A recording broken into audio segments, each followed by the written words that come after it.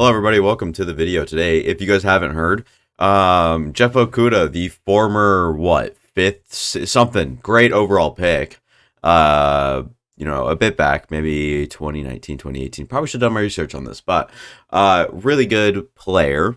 All things considered, can be way better. He's not like super great or anything like that. He's not the shutdown corner he was quite expected to be coming out of Ohio State, and now he has ended up, traded to the Falcons. So it was dealt from the Lions, who are on the clock here at number 6. Basically, I'm just going to go through a different few draft scenarios kind of for them, and then the Atlanta Falcons here at 8, and then their pick at 18. And, depending on where I trade down with the Falcons, like where that'll be, because I don't think corner is as significant of a need, but now here at 6, I think it is more than ever. You can go with any top 2, whoever's higher on your board for, I feel like, consensus right now, especially after the pro day. Devin Witherspoon ran really well. Devin Witherspoon ends up being that cornerback number 1. He's not quite the blue chip, but he's as close to it as you're probably going to get in this DB class, other than probably Brian Branch. So Witherspoon right here at 6 is not horrible, and then you move on, you see the Las Vegas Raiders, and like, well, what do we need here? And I'd probably go Tyree Wilson, but the dream scenario is Tyree Wilson might fall to you at number 8, and that would be the dream. If not, you can consider trading up, even maybe with the Detroit Lions again. You could trade up with the Seattle Seahawks. You could trade up with the Arizona Cardinals, obviously, and go up, get Will Anderson or something like that. They acquired just a 5th round pick. The Lions did. So Atlanta trades their 5th round pick for Jeff Okudah. Contract things, players isn't as good and whatnot. But on 2024's Detroit Lions roster, it is literally just Cam Sutton and maybe some practice squad guy. Which makes it really different because you're paying for basically Jeff Okudah's contract. You're trading for that if you're Atlanta. So you have to take that into account as a negative. So you give a lower pick. So here at 8, you get a corner. I don't think you exactly need one. You could get Peter Skoronski despite the Caleb McGarry re-signing. You could kick Skoronski into guard. But right here, most likely, is a trade up or trade down spot for me now. You can take your shot on Will Levis. I'm not invested in that. I think Desmond Ritter's perhaps a little bit more dynamic. You might already have a little bit more with him. And plus, you might want to be in the running for Drake May or Caleb Williams next year and whoever else sprouts up. So we'll see how that kind of turns up and turns out. So I'm actually going to go ahead and explore a little bit of some trades.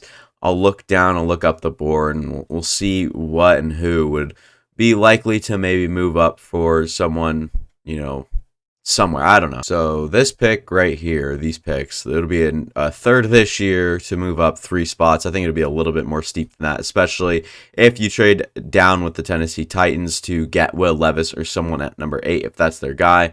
And at number 9, say, Paris Johnson goes. And then here at number 10, I'll go, I'll get different. Let's go Joey Porter Jr. And then here at 11, now you have a little bit more of a dynamic, whatever. Bijan's still on the board. You could trade for Bijan.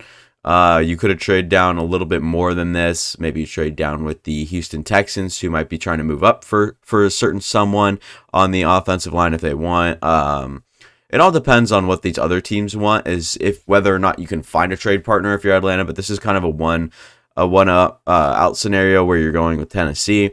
And then at this spot, I'm taking the power and banking on the upside of Lucas Van Ness in the run game and whatnot. Really stellar player and what could be there. And then I'll go Jackson Smith and Jigba, Skoronski. We'll go Gonzalez here at 14. It seems fine. Nolan Smith, I love that pick too there. We'll go Broderick Jones here. That's actually been a popular thing. And then here at this spot, it's one of two things for me. It's Miles Murphy or Darnell Wright. Probably Deonte Banks is in the question. Yeah, I'm going to go Deonte Banks, actually. That puts you here at number 18 with Devin Witherspoon off the board. So at this point in time, you are on roster with Devin Witherspoon, and Emmanuel Mosley and Cam Sutton. On roster for 2024 at this point would be Devin Witherspoon and Cam Sutton. You probably don't need, any more, corners. I think that you could say that maybe get a DJ Turner or Tariq Stevenson. Darius Rush later would be incredible. Jacorian Bennett, Riley Moss, someone to kind of develop behind Emmanuel while he's still there for the year. But I'd go Miles Murphy at this spot. Great pick. Love that. So that is one of the scenarios there I could see. I kind of already went through a few. And let's get a little bizarre here. We're going to go ahead and go all in. We're going to go Atlanta and Arizona if we can here. Move up to number 3 we'll do it this year 4. They're saying that's not enough, or are they saying that's too much? They're saying that's not enough. So probably do something like this in the next year too.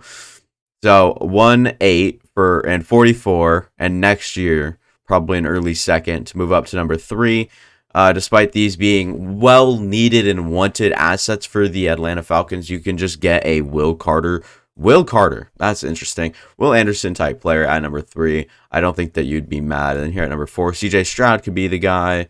Go Tyree Wilson. Then that leaves here at 6. What do you got? You still have your pick here with Devon Witherspoon at 6.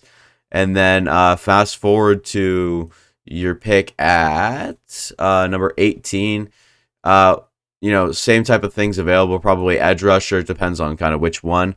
But say you were to take Tyree Wilson or Jalen Carter here, that does put you in a really tough position for pick number 18 whenever or however the board falls. So there's just so many different ways that this could go here. Hopefully they figure it out. Hopefully probably today or tomorrow you guys will see a first round mock draft from me, and we'll get that all sorted out and see what we can do, get a little dynamic, get a little into it here.